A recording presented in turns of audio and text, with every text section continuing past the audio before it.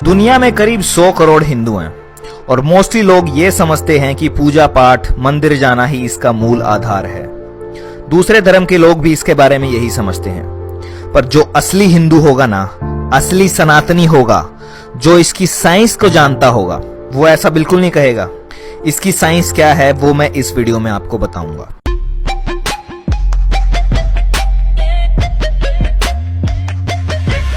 इसकी साइंस इतनी गहरी है कि दुनिया भर के बड़े बड़े क्वांटम फिजिसिस्ट, मॉडर्न साइंटिस्ट ने हिंदुइज्म के वेद उपनिषद पढ़े हैं, अध्ययन किया है, जिसमें एल्बर्ट आइंस्टाइन से लेके Niels Bohr, Erwin Schrödinger, Werner Heisenberg और निकोला टेस्ला का नाम भी आता है।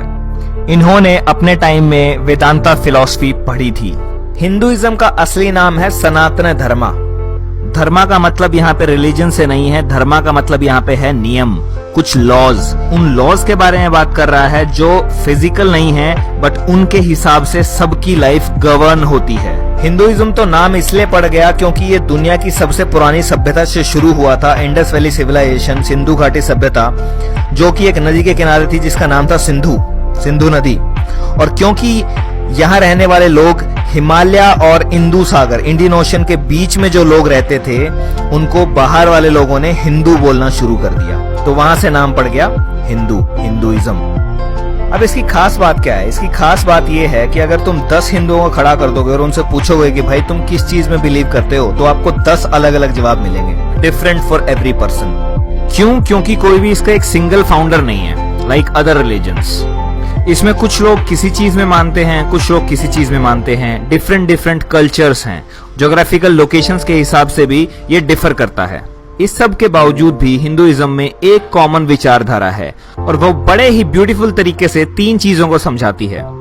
गॉड कौन है, इंडिविजुअल कौन है और ये वर्ल्ड क्या है। तो वो ऐसे है कि एक ब्राह्मण होता है, ब्राह्मण, इसको जाति वाला ब्राह्मण मत समझना, वो अलग है, वो कास्ट है। और ब्रह्मा भी मत समझना, क्रिएटर, वो भी अलग है, BRAHMAN। एक ब्राह्मण होता है, ऑल परवेडिंग एनर्जी, जो सब कुछ है, वहीं से शुरुआत है और वहीं से अंत है। वो ना कभी आया और ना कभी गया, वो हमेशा है। ट्रू रियलिटी ऑफ थिंग्स, ये शेपलेस है, बॉडीलेस है, जेंडरलेस है, कलरलेस है। It can not be described, it can only be experienced. तो ये है ब्राह्मण, परमात्मन।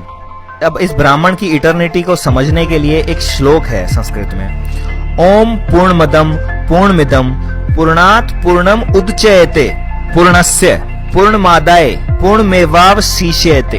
इसका सिंपल मतलब है, infinite has already existed, it will continue to exist, and from that infinite even if a infinite is taken out it remains infinite.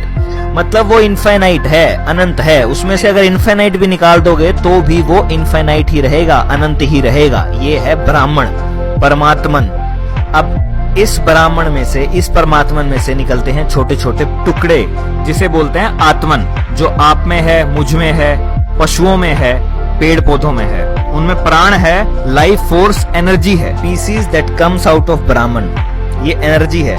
E=mc², Einstein ने जो बताया था, वही सेम चीज। अब ये आत्मन एंटर करता है माया में। माया मतलब प्रकृति। ब्राह्मण सोर्स ऑफ क्रिएशन है और प्रकृति primordial matter and activating energy है, यानी कि नेचर और क्रिएशन इटसेल्फ। पुरुष प्रकृति, Shiv Shakti, cosmic father, cosmic mother, जगत पिता, जगत माता, masculine principle and feminine principle. पुरुष क्रिएशन का सोर्स है और प्रकृति खुद क्रिएशन है।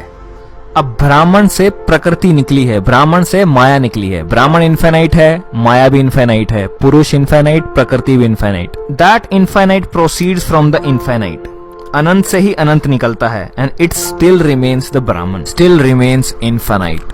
तो Brahman is infinite, universe is infinite. अब ये यूनिवर्स जो ये क्रिएट हो रखा है, प्रीमोडियल मैटर, ये माया है, ब्राह्मण की माया, या कह लो शिव की माया। अब आत्मन को बॉडी मिली है, तो आत्मन ड्राइवर है और ये बॉडी एक कार की तरह है। एक कार नहीं चल सकती विदाउट द ड्राइवर, समझ रहे हैं? सिमिलरली इस बॉडी नहीं चल सकती विदाउट द आत्मन। आपने पढ़ा होगा, energy can neither be created nor be destroyed, it can only convert from one form to another. ये वही एनर्जी है, वही आत्मन है। जब ये माया में या प्रकृति में एंटर करती है तो ये मैटर एक्वायर कर लेती है, बॉडी एक्वायर कर लेती है। Atman is surrounded by a physical structure called body. अब आत्मन अपने आप को रिवील करती है कॉन्शियसनेस के थ्रू, चेतना के थ्रू, और ये कॉन्शियसनेस या चेतना इंटरेक्ट करती है बॉडी के साथ, बॉडी इंटरेक्ट करती है माया के साथ, प्रकृति के साथ। और ये इंटरेक्शन होता है 3 तरीकों से, या सात्विक गुणों से, या राजसिक गुणों से, और या तामसिक गुणों से। हर इंटरेक्शन में कर्म जनरेट होता जाएगा। अच्छा सोचोगे, अच्छा करोगे तो पॉजिटिव कर्म जनरेट होगा, और बुरा करोगे, बुरा सोचोगे तो नेगेटिव कर्म जनरेट होगा। अब ये जो आत्मन है, एनर्जी है, इसके लिए श्लोक है जो गीता में कृष्ण ने बोला है, नैनम छिदंती शस्त्राणि नहनम दहति पावक, न चैनम क्लदयन्ते आपो न शोषयति मारुत।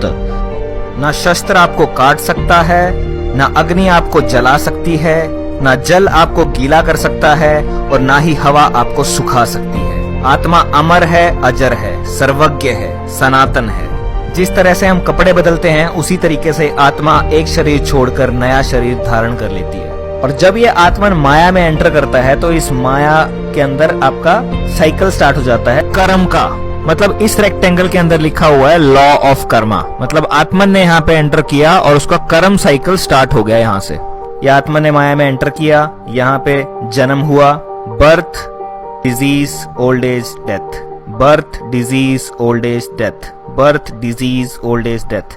ये चलता रहेगा, चलता रहेगा, चलता रहेगा, चलता रहेगा। बार बार जन्म होता रहेगा, बार बार मरते रहेंगे, बार बार जन्म होता रहेगा, मरते रहेंगे। ये इसकी कोर फिलोसफी है। अब जिस तरीके से फेसबुक के सर्वर होते हैं, वो सब कुछ रिकॉर्ड करते हैं कि कहाँ से आया, कितने बजे आया, क्या क्लिक किया, क्या लाइक किया, क्या कमेंट किया, क्या लाइक करके अनलाइक किया, ये सारी चीजें वो जैसे वो रिकॉर्ड करता है। इसी तरीके से माया में इनविजिबल सर्वर्स लगे होते हैं जो हर चीज को नोट कर रहे हैं। कॉस्मिक रजिस्टर्स में आपका एक एक कर्म नोट होता है, रजिस्टर्स में चढ़ता जाता है, पॉजिटिव और नेगेटिव का बैलेंस बनता चला जाता है। जब शरीर की मृत्यु होती है, उस समय आत्मा का जो भी विचार रहता है और उसके कर्म कैसे थे, उसके हिसाब से अगला जन्म डिसाइड होता है।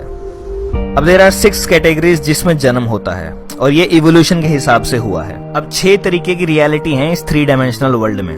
पहली है एक्वेटिक, सारे पानी वाले। दूसरी है इंसेक्ट्स एंड रेप्टाइल्स, रेंगने वाले छोटे कीड़े मकोड़े। तीसरी है प्लांट्स। चौथी है एनिमल्स। पांचवी है बर्ड्स, और छठी है ह्यूमंस। अब सनातन धर्म ये बिलीव करता है, सनातन का मतलब है इटर्नल, टाइमलेस। उसमें ये बिलीफ है कि जो ह्यूमंस हैं सिर्फ वो ही कर्म जनरेट करते हैं, क्योंकि जो कीड़े मकोड़े हैं या फिर कुत्ता बिल्ली हैं, they are not aware of itself. वो सिर्फ इंस्टिंक्ट्स के आधार पे काम करते हैं, उनका कर्मा जनरेट नहीं होता, उनका कर्मा काउंट नहीं होता है। तो नेगेटिव कर्म जनरेट करोगे तो नीचे की दुनिया मिलेंगी, नीचे के रियलिटीज मिलेंगी, और नीचे सिर्फ कोई कर्म जनरेट नहीं हो सकता है, वहां सिर्फ कर्म भोग सकते हो, वहां कोई कर्म जनरेट नहीं होता है। तो अभी तुम्हें ह्यूमन बर्थ मिला है तो तुम्हारे कर्म बहुत अच्छे थे, इसलिए तुम इंसान बने, क्योंकि सिर्फ ह्यूमंस के पास फ्री विल है, चॉइस है कर्म जनरेट करने की। ये हिंदुइज्म के बेसिक थॉट्स हैं, और ब्रह्मा विष्णु महेश तो अभी तक आए भी नहीं। जो लोग सोचते हैं कि हिंदुइज्म का मतलब सिर्फ मंदिर जाना, पूजा करना है, भक्ति करना है, इसकी पीछे की साइंस क्या है उसको जानो। और ये सबसे पुराना रिलीजन होने के बावजूद भी आज तक इसीलिए खड़ा है क्योंकि ये सनातन है, टाइमलेस है, इसको कोई मार नहीं सकता। कितनी भी कोशिश कर लो इसको मारने की, फिर से उठ के खड़ा हो जाएगा, क्योंकि ये तो सिर्फ एक विचार है। और यही एक रीजन है कि ये आज तक भी जिंदा है। बाकी कितने धर्म आए और खत्म हो गए, बट ये आज भी सबसे पुराना होने के बावजूद भी 100 करोड़ लोग इसे फॉलो करते हैं। चलो आगे बढ़ते हैं। अब आत्मा के कर्म के हिसाब से अगला जन्म मिलता है। तो अब जो ह्यूमन लाइफ मिली है, इसमें अच्छे कर्म कर लो, वरना नीचे जाओगे। अपना कार्मिक बैलेंस सुधार लो, और नीचे जाओगे तो केवल बुरे कर्म खत्म होते जाएंगे, नए कर्म अन नहीं हो सकते क्योंकि चॉइसेस नहीं है। और अगर आत्मा के कर्म अच्छे हैं तो आपको ये सेंट्रल फिलॉसफी समझ में आएगी। तो कुछ नॉलेज एक्वायर करने के बाद और कुछ स्क्रिप्चर्स पढ़ने के बाद आपको ये समझ में आएगा कि आप एक साइकिल में फंस गए हैं, आपकी डेस्टिनी कहाँ है। तब आप पूरी पावर लगाएंगे इस साइकिल से बाहर निकलने के लिए और अल्टीमेटली मोक्ष अटेन करने के लिए। और मोक्ष सिर्फ मरने के बाद अटेन नहीं होता है, मोक्ष यहाँ रहते रहते मिल जाता है। जब आप ये अच्छे कर्म और बुरे कर्मों से ऊपर उठ जाते हैं, निष्काम कर्म करने लग जाते हैं, तो आपको यहाँ रहते रहते मोक्ष मिल जाता है। आपको ये रियलाइजेशन हो जाता है कि आप आत्मा हैं, और ये रियलाइजेशन हो जाता है कि आत्मा ही परमात्मा है। अद्वैत वेदांता के अकॉर्डिंग तत्त्वम असि, दैट दो आर्ट, मतलब आत्मन इज ब्राह्मण आत्मा ही परमात्मा है, उसी का हिस्सा तो है, वही तो है। और मोक्ष अगर मिल गया तो आप वापस चले जाएंगे ब्राह्मण के पास, जहां से आप आए थे, परमात्मन के पास, which is the reality of all human beings. But हर कोई इस चीज के लिए अवेयर नहीं हो सकता।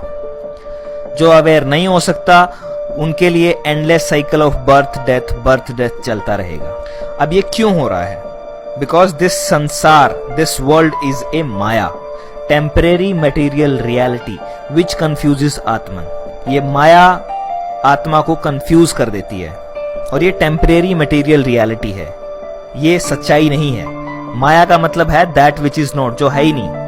और जो लोग इसे नहीं समझ पाते वो राजसिक और तामसिक कर्मों में बंध जाते हैं और अल्टीमेटली कोई मुक्ति नहीं मिलती उन्हें। अब एक तरफ तो ये चल रहा है, दूसरी तरफ ये यूनिवर्स खुद से क्रिएट होता है, नर्चर होता है और डिस्ट्रॉय होता है। This has been discovered by 21st century scientist. Big bang, universe expansion and then big crunch. But ये नॉलेज तो हिंदुओं ने 10,000 साल पहले निकाल दी थी कि यूनिवर्स क्रिएट होगा, एक्सपैंड होगा और अल्टीमेटली डिस्ट्रॉय हो जाएगा, अगेन क्रिएट होगा, एक्सपैंड होगा और अल्टीमेटली कोलैप्स हो जाएगा। माया हिस्सा है इस यूनिवर्स के बनने, बढ़ने और बिगड़ने का।